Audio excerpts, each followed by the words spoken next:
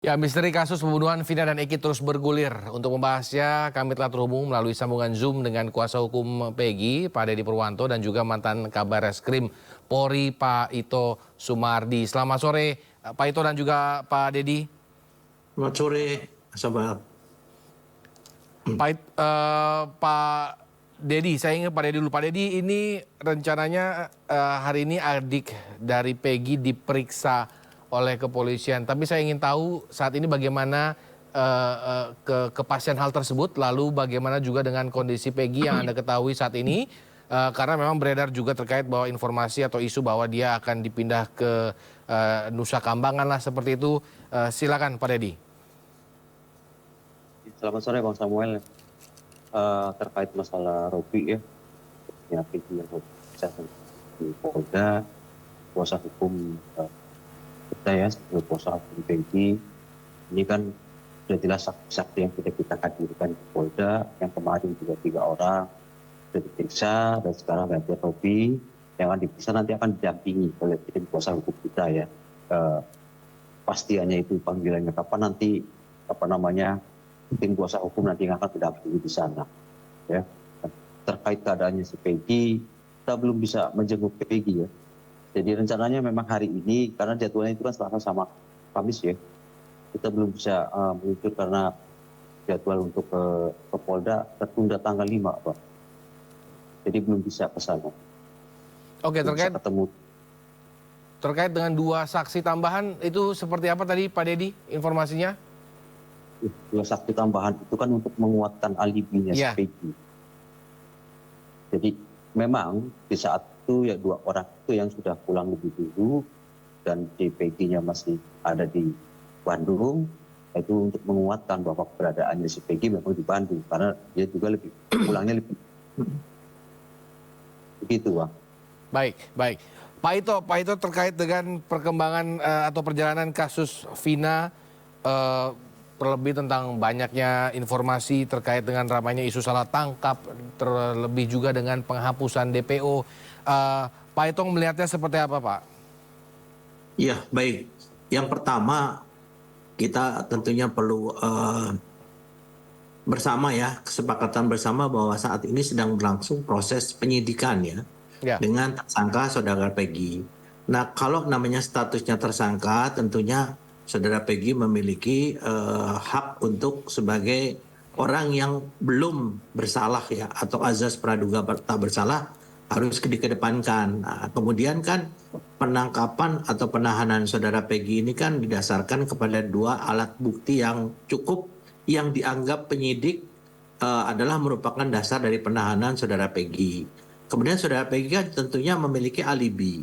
Nah, alibinya ini kan tentunya dikuatkan oleh saksi-saksi yang mungkin mengetahui pada saat itu saudara Peggy berada di mana. Penyidik tentunya kan dari perspektifnya akan mengecek apakah keterangan yang menguatkan alibi saudara Peggy itu benar atau tidak.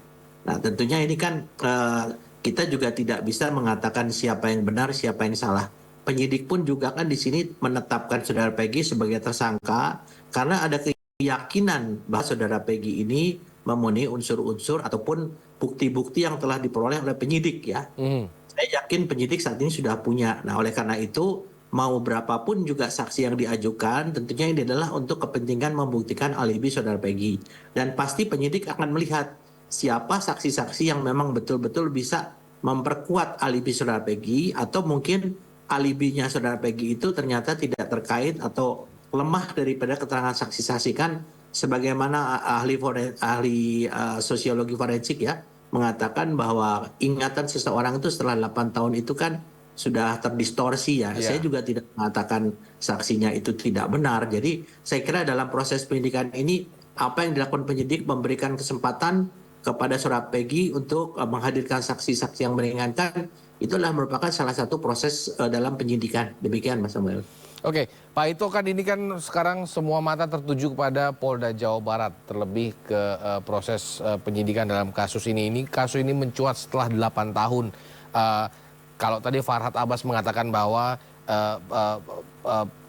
mengkritik Polri lah terkait dengan penetapan DPO yang secara mungkin tiba-tiba, menurut Anda apakah polisi sudah profesional dalam hal ini setelah 8 tahun baru terurus kasus ini kembali, Pak Ito? Ya, kita pisahkan dua hal ya. Saudara Farhad Abbas ini kan nggak tahu bahwa kasus ini sudah selesai di pengadilan. Jadi udah nggak ada urusan lagi dengan polisi. Kalau nanti di pengadilan itu bisa dibuktikan bahwa apa keputusan pengadilan itu cacat hukum, barulah di sana kita kembali ke hulunya. Jadi kita jangan lihat sudah dihilir, tapi yang dilihat hulunya, bahkan hulunya harus melakukan bla bla bla bla. Saya kira keliru ya, karena ini kan sudah memiliki kekuatan hukum yang tetap beda dengan saudara Peggy. Nah, saudara Peggy kan nanti akan diuji melalui pra-peradilan. Kalau pra-peradilan memang harus terus, ya nanti mungkin diuji di pengadilan.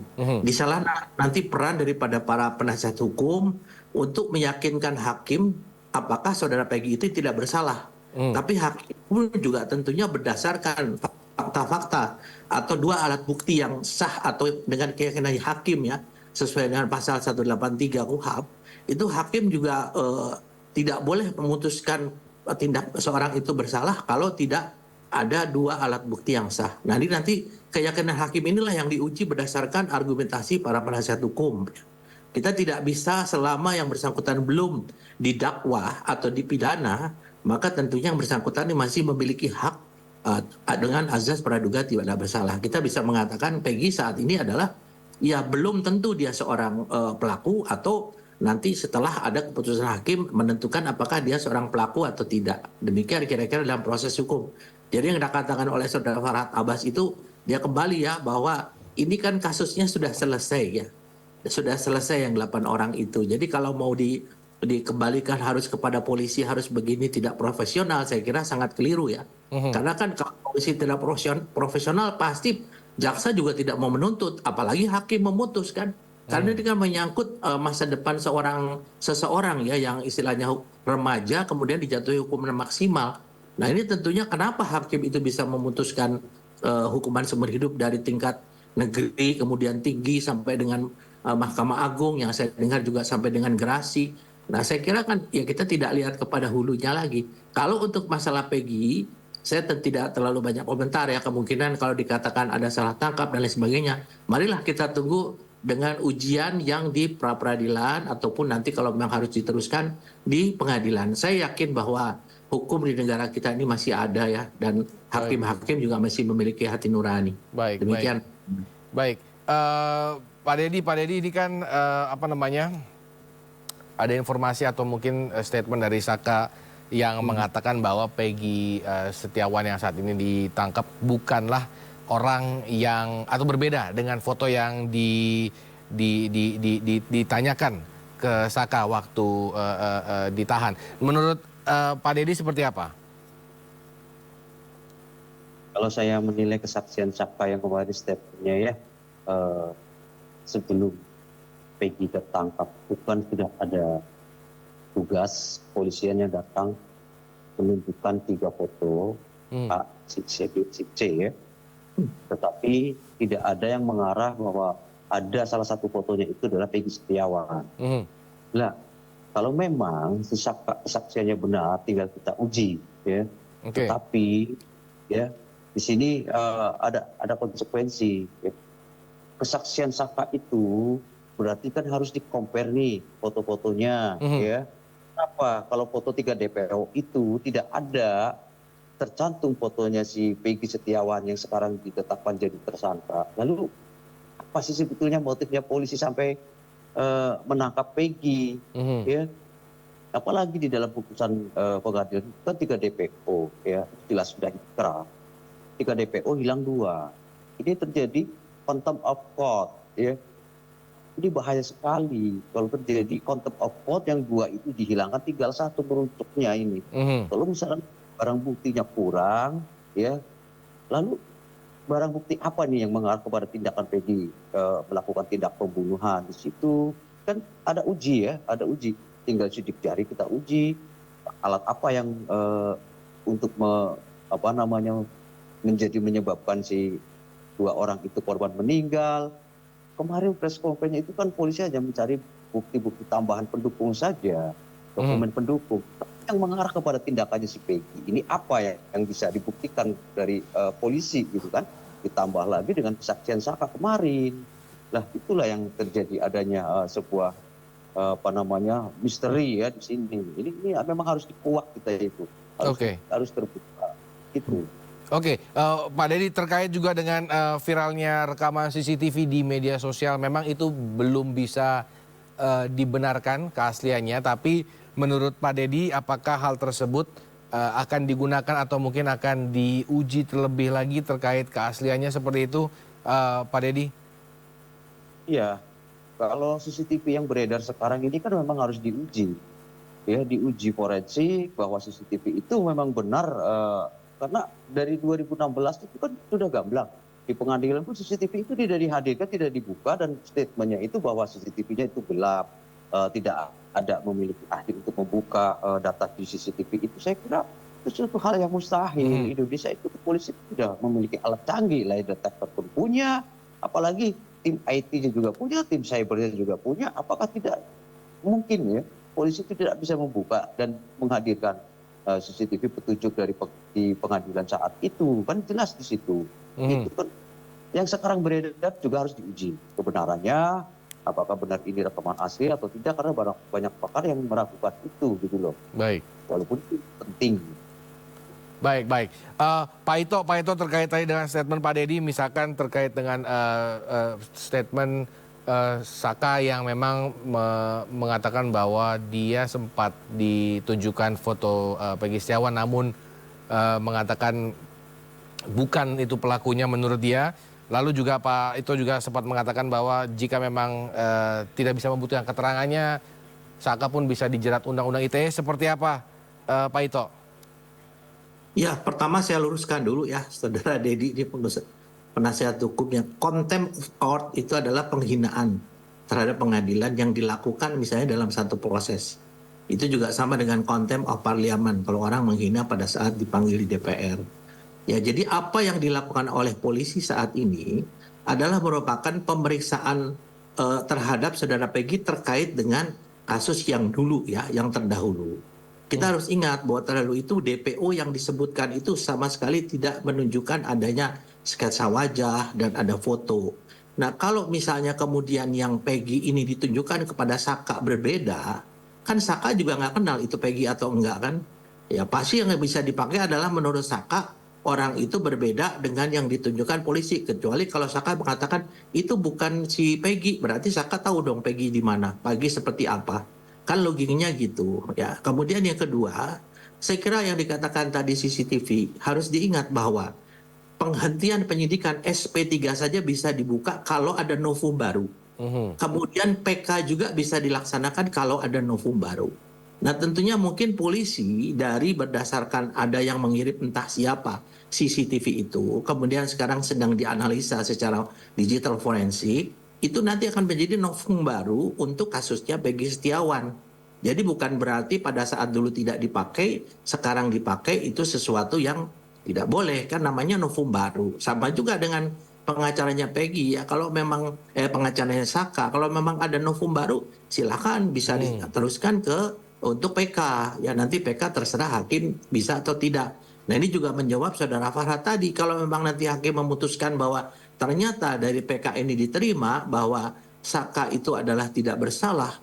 Nah, ini tentu ada satu kesalahan dari awalnya ya, di hulunya itu pihak penyidik. Tapi tidak bisa kita sekarang mengatakan bahwa penyidik harus begini dan lain sebagainya ya. Saya kira mungkin kita sebagai orang hukum harus tahu berpikir dari ujung, dari hulu ke hilir ya. Jadi jangan hanya kita memberikan statement yang misalnya harus Mabes Polri harus terlibat. Sekarang ini kasusnya Peggy ini Mas Samuel ya, yang turun itu adalah pertama Kompolnas, yang kedua Komnas HAM, yang ketiga Irwasum, kemudian ada IPW, semua turun melihat, kan tidak mungkin kalau kita mau merekayasa. Jadi saya kira juga polisi juga saat ini juga sedang berusaha keras untuk membuktikan bahwa Peggy ini betul-betul tersangka yang patut untuk diteruskan ke pengadilan atau tidak. Kalau tidak, saya kira polisi juga harus berbesar hati untuk menghentikan penyidikan ini. Saya kira itu yang mesti kita pahami bersama. Demikian, Mbak.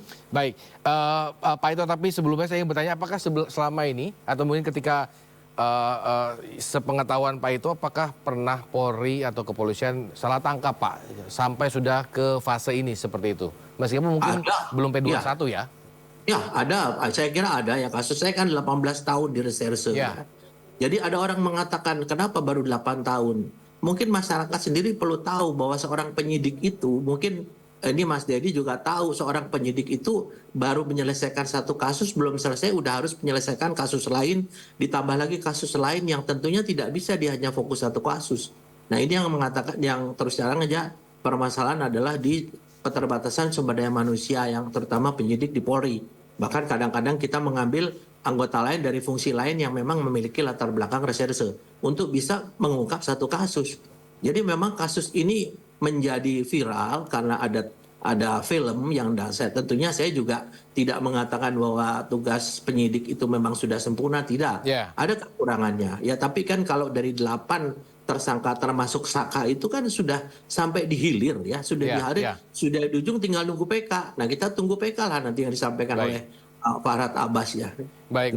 Berarti mungkin polisi juga tidak kasar tidak anti lah terhadap upaya hukum yang dilakukan oleh kuasa hukum baik terpidana yang saat ini mendekam ataupun mungkin tersangka seperti itu ya Pak Ito. Ya, saya tambahkan lagi Mas Samuel. Di kepolisian itu ada namanya komisi kode etik ya. Kode etik. Jadi setiap penyidik kalau dia salah, maka dia akan kena hukuman baik administrasi, demosi, dan juga bisa hukuman badan, bahkan yang bersangkutan bisa kena kode etik. Jadi orang juga tidak mau kan namanya bekerja itu kena kode etik. Jadi saya kira ini ada rambu-rambu yang harus dipatuhi oleh seorang penyidik di Polri. Jadi jelas mereka akan profesional ya. Kalau memang salah sebagai manusia pasti akan ada konsekuensinya bagi mereka. Demikian. Baik. Terakhir Pak Dedi untuk terkait dengan kasus yang saat ini mendera Peggy Setiawan, closing statement-nya seperti apa? Kasus ini tuh kalau menurut saya ya terkesan bahwa korban Peggy itu ini kayak macam tumbal, karena kita itu kan tahu, kita di lapangan juga tahu, kayak terkesan bahwa di sini memang salah tangkap. Ini jelas saya bisa menganalisa bahwa ini salah tangkap dengan dasar apa ya yang tadi yang kita miliki, bukti-bukti tadi. Dia kan punya bukti-bukti alibi, keterangan saksi-saksi semua seperti yang Pak Ito jelaskan tadi, saksi-saksi yang meringankan, dan semua ini kita punya tim investigasi. Jadi saya juga berharap ya perkara ini juga terang gitu kan. Saya berharap dengan proses hukum itu bisa hukum yang transparan juga. Saya harap itu saja lah dengan baik. Baik, terima kasih Pak Dedi, Pak Ito atas waktunya. Kita masih menunggu perkembangan kasus ini dari pihak kepolisian. Selamat sore, salam sehat semuanya. Selamat sore. Selamat sore.